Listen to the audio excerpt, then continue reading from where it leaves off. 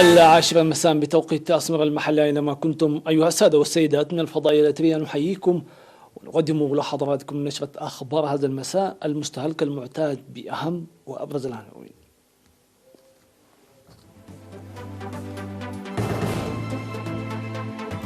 البلاد تسجل 17 إصابة بفيروس كورونا المستجد.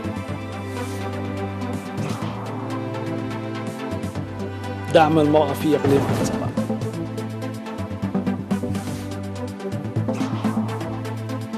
رفع إنتاج العسل في عدرية.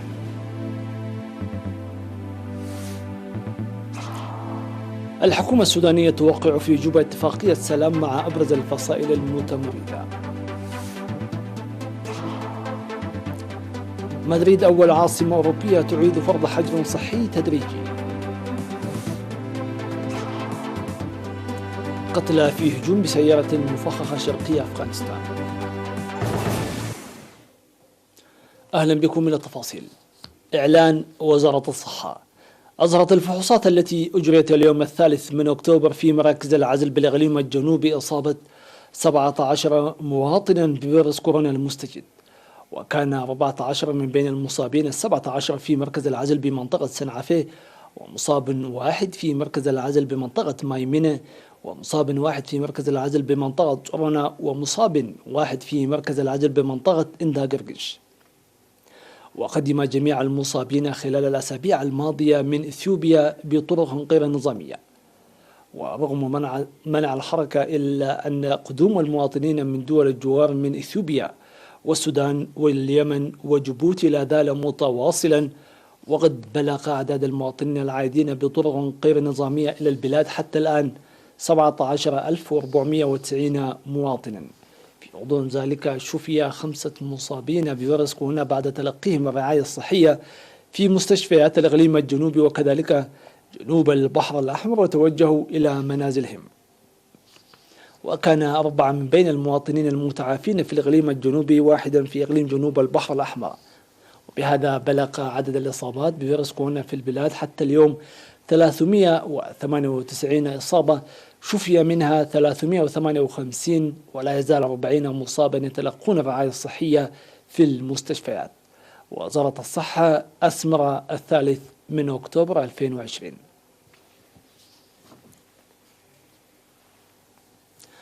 قدم مكتب التعليم في إقليم عنسبة دعما عبارة عن أدوات العمل بقيمة أكثر من 800 ألف نقفة للمرأة الشابة بهدف رفع إنتاجيتها.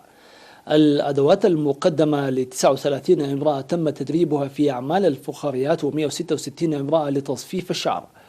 وقال مسؤول التعليم في الإقليم الأستاذ كفلاي عند مريم أنه ينتظر من النسوة رفع إنتاجيتهن وتحسين حياتهن المعيشية بالتدريب والدعم المقدم، وأن يكون مثالا لمحيطهن. وأشار حاكم إقليم عنسبة السفير عبد الله موسى إلى مساهمات مركز التدريب المهني في كرن، مؤكدا تعاون إدارة الإقليم لتطوير المتدربات أعمالهن والاعتماد على ذاتهن اقتصاديا.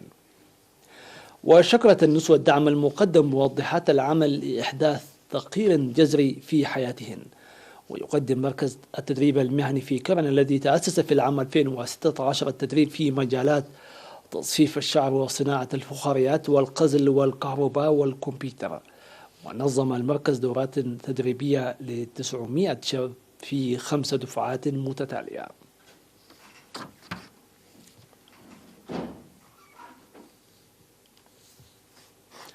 أفاد مربو النحل في مديرية عدقية أن أنشطتهم لرفع إنتاج العسل تحقق نتائجا مرضية. وأوضح مربو النحل أنهم يحصلون على الإنتاج 5 مرات في العام بالتنقل بين أسراب النحل والعناية الجيدة بها. وذكر خبير تربية النحل في مكتب وزارة الزراعة بمديرية عدقية السيد يوهانس زونجيل أن المديرية ملائمة لتربية النحل.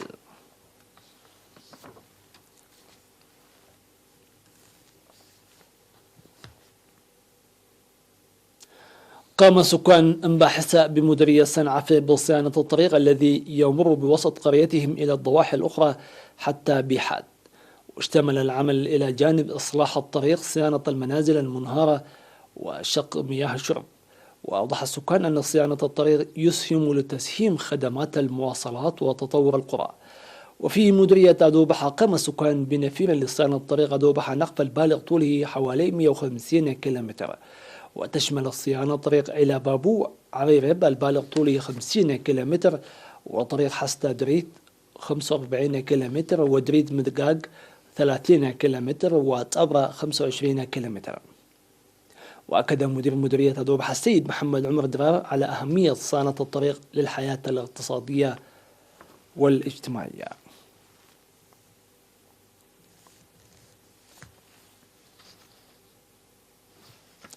أفادت تقارير وزارة الصحة بتقديم تبرعات مالية على المستوى الفردي والمؤسسات والجمعيات لتنمية صندوق تصدي وباء كورونا.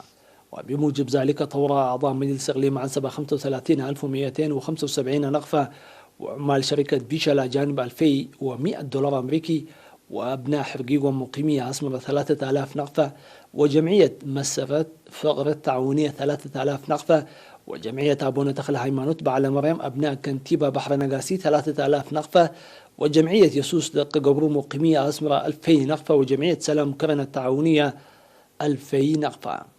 كما تبرعت مؤسسة برختي تسفى ميكائيل وروضة كيدان مهرت سنبل وبقالة تسفاسقي ومتجر قطع قيار سابا أبراهام، وجمعية قدس يوهنس التعاونية مقيمية أسمرة، وجمعية أبا كيروس حزحازة التعاونية وحانت قريدار آيا، وجمعية بعل مريم تسارات، وجمعية بعل زقاي بهركة موليع مقيمية أسمرة كل منهم 1000 نقفة.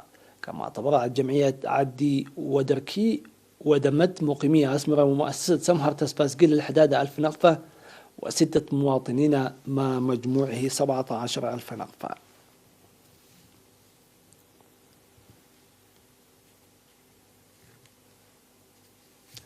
سيداتي سادتي، نتوقف مع فاصل ومن ثم نوفيكم بالأنباء العالمية.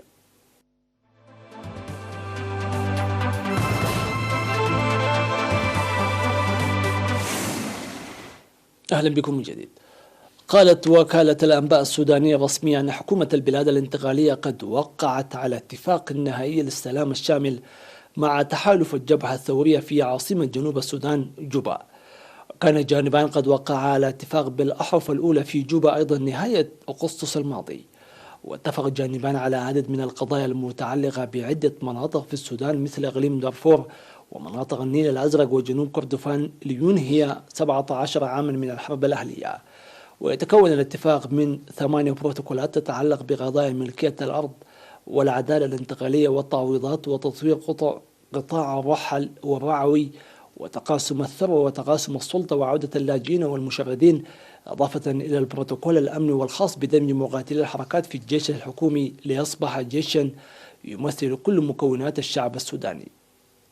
وكان إنهاء النزاعات الداخلية في السودان أولوية قصوى للحكومة الانتقالية التي تتولى السلطة منذ إطاحة الرئيس السابق عمر البشير العام الماضي وسط انتفاضة شعبية مؤيدة للديمقراطية.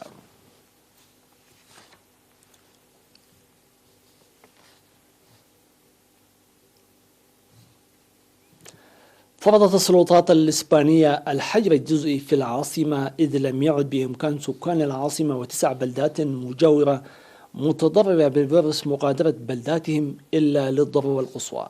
وقال مصدر من الحكومة المحلية لمنطقة مدريد في إسبانيا أن سلطات المدينة ستنشر خلال الساعات المقبلة مرسوما يفرض إجراءات عدل الجزء في العاصمة و9 بلدات مجاورة في إطار إجراءات مكافحة فيروس كورونا. ومن المزمع أن ترفع رئيسة منطقة مدريد إيزابيل دياز دعوة أمام محاكم البلاد تطالب برفع القيود إذ تخشى من أثرها على الاقتصاد. وتقول منظمة الصحة العالمية أن معدل الإصابة بالمرض في منطقة مدريد هو 859 حالة لكل 100,000 من السكان، وهي بذلك تشهد أسوأ تفشي لكوفيد-19 في أوروبا.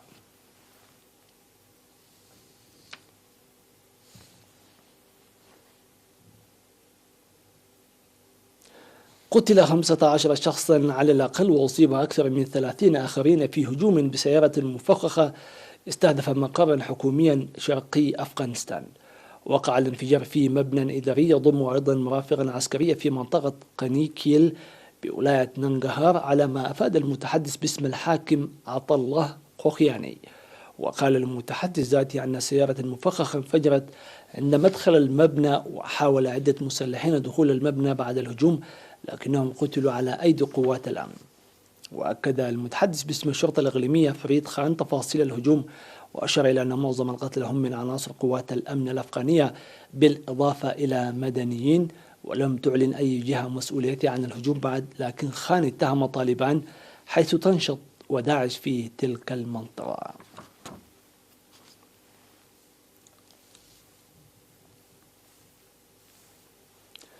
قال مسؤولون إيطاليون أن شخصا قتل فيما فقد 17 جراء عواصف قوية تجتاح شمالي غربي البلاد سببت بفيضانات عنيفة ومفاجئة.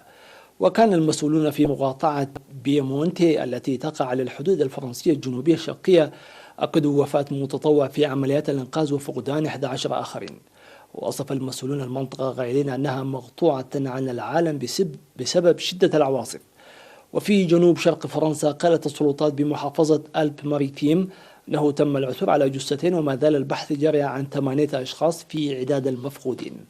ورفعت المحافظة الفرنسية درجة التأهب بها من البرتغالية إلى الحمراء بعد وصف إريك سيوتي النائب بالبرلمان عن المنطقة الوضع بالكارثي.